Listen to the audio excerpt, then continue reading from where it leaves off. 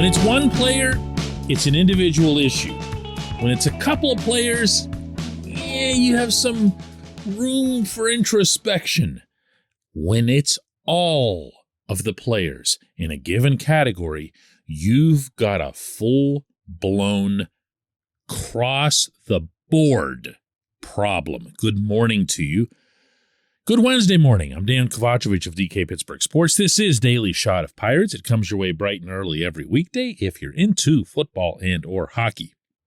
I also offer daily shots of Steelers and Penguins where you found this. Brewers 12, Pirates 8, 3.5 hours long, bordering on 8.5 hours long. I was there to cover it last night at PNC Park. And I can tell you, without hesitation, that there wasn't a trace of suspense to this outcome at all. Yeah, there were 20 runs total. And yeah, Kevin Newman's 2-run single in the middle of the game tied the score at 4-4. And look at the Pirates, they're rallying. Forget it. There was nothing there, ever. Not after Mitch Keller took the mound, walked Colton Wong on 8 pitches, and then served up the first of Willy Adames' 2 home runs. 2-run shot, boom, right off the bat, following walk. 2-0, before anybody's even sat down and looked around for the nearest usher. Just like that. And in this case, the game being decided just like that. We have seen this script over and over and over and over again through these first 17 games. It's not Keller and his 6.62 ERA. It's Zach Thompson and his 10.8 ERA, and JT Brubaker and his 6.36 ERA, and Bryce Wilson, and I don't even care what his ERA is, and Jose Quintana, and I don't even care that he's on the roster. Every last one of these guys has been lousy. They can't get through 3 or 4 innings. And I don't care how cleverly the pitching staff as a whole has been arranged so that you could take the pressure off the starters and tell them, just go out there and pitch. And if you give us 3 or 4 good innings, throw hard, give it everything you've got. Don't worry about how long you last in the game. That doesn't matter. That doesn't matter because you don't have enough relievers. No one has enough relievers to cover up for all the innings that these guys aren't getting you. And I don't want to hear either about how well they bounce back from their first 2 innings.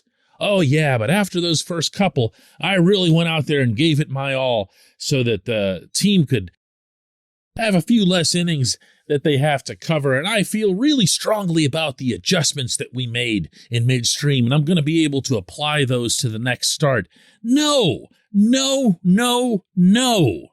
Stop giving up tons of runs early on, or, find something else to do with your life. Or, management needs to take care of that, obviously. But you can't just keep this rotation of failure spinning endlessly. It's not going to end well. Not for any part of your team that you're trying to develop or to nurture progress in. You're going to undo all of it if these guys just keep doing this. Now, the question is, what do you do about it? And to answer that, I really believe this, the first thing you've got to figure out is who or what is to blame. This portion of Daily Shot of Pirates is brought to you by our friends at North Shore Tavern. That's directly across Federal Street from PNC Park. It's home of Steak on a Stone, an eating experience, underscoring the word experience. The steak is brought to you partially cooked on an 800-degree stone, and you do the rest. It's a ton of fun, it's a great meal, and it's a baseball atmosphere like no other in Pittsburgh. North Shore Tavern, right across Federal Street from PNC Park. Who or what is to blame? I posed this question, in essence, after the game last night to Derek Schultz. Yeah, I don't think it's preparation. I think we're doing a good job preparing. We have to figure it out. I can't tell you an exact answer. I think the big thing is we can't walk guys early. We walk the leadoff hitter and then we get a 2-run homer. So I think it's more about putting the ball on the plate. And our starters have not done that early in games, and it's led to runs. You notice he immediately came back with, no, it's not the preparation. It's not the preparation. It's that we went out there and we walked a guy, and then we gave up a 2-run home run. Okay, but that's happening every game with every starter. There are no exceptions to this. And if it's not the preparation, then what are the coaches even there for?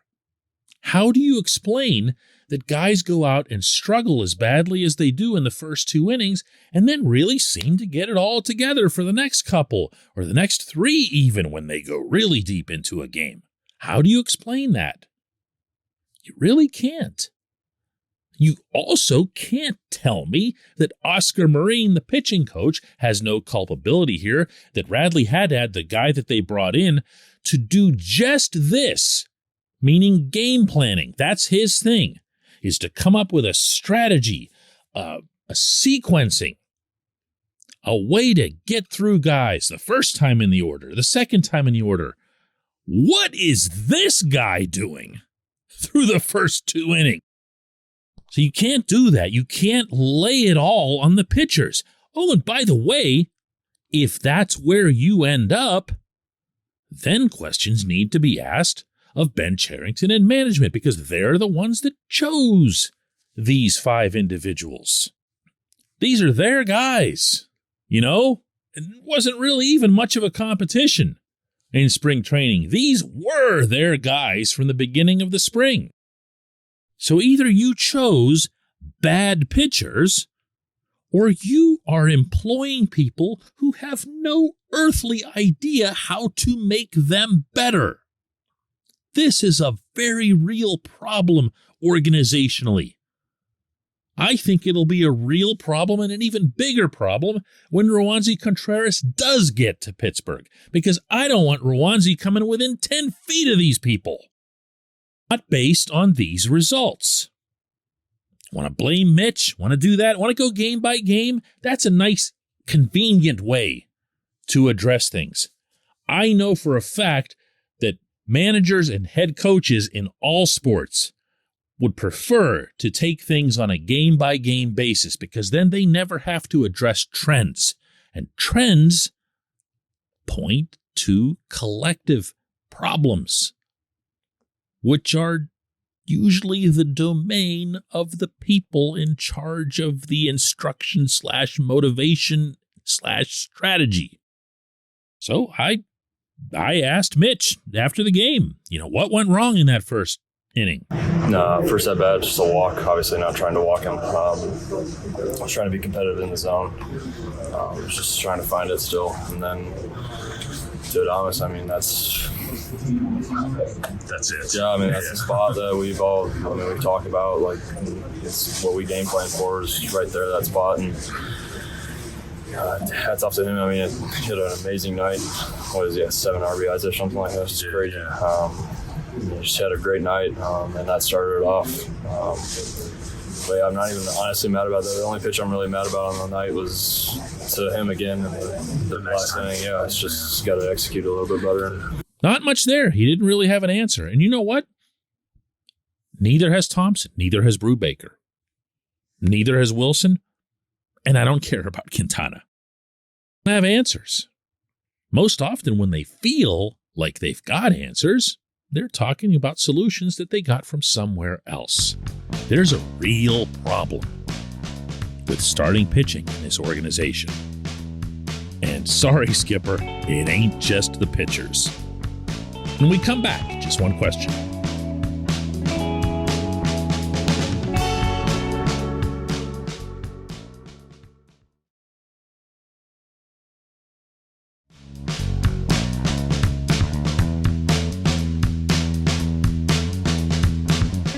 Welcome back. Time for J1Q, and today's comes from Kenny.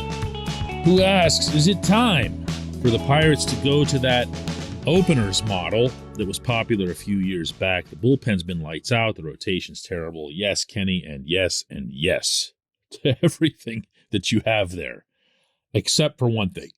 I am not into the openers thing. To me, it's a cheesy gimmick that doesn't solve anything unless you're pursuing, short-term results. I'm going to be stubborn in insisting that this season is more about general progress than it is about counting wins and losses. Wins are wonderful. Wins come with value. But it's way, way, way more valuable to your organization at this phase where the Pirates are to know what you got, to see what it is that these guys can do in a starting role, in a middle relief role, in the way that they've used Will Crowe / Dylan Peters. That matters. That adds up to something that's consequential over the course of time. What do you get out of throwing Sam Howard out there on the mound for the first inning and having Sam, and I'm bringing Sam up for a reason, not just because he was promoted yesterday after opening the season on the IL, but because Sam has been their target all along to be the opener, something they've talked about publicly. In fact, with Sam, they've done it in the minors during his rehab. The idea is, based on metrics, Sam comes out for the first inning. Everybody on the other team knows who your real starter is for the game. It's almost certainly going to be someone who's right-handed. So you bring Sam out for the first inning, and he's a lefty, and he goes against the other team's top 3 hitters. And if Sam does his thing, he gets them out. And either their manager, the other team's manager, is worried about that and adjusts his left-right composition appropriately, or he just says, you know what?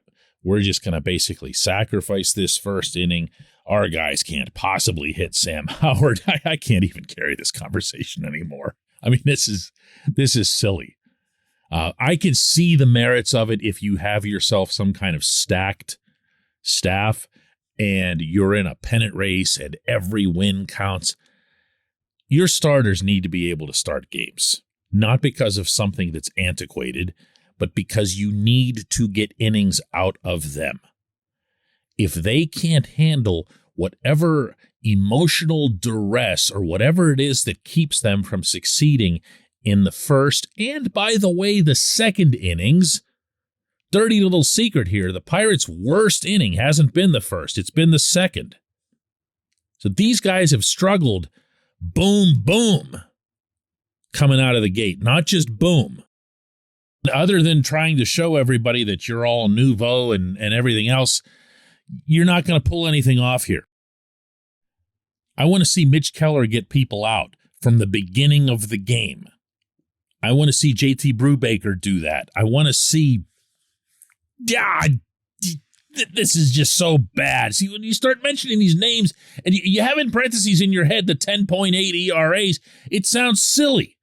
Maybe, just maybe, they're not very good. Maybe, just maybe, their pitching coach / instruction / strategy is not very good. Whatever it isn't working, and I don't care to see it disguised behind Sam Howard coming out and cleaning everybody up 1, 2, 3, and everyone's saying, oh, look at that. Now so-and-so comes in with no pressure.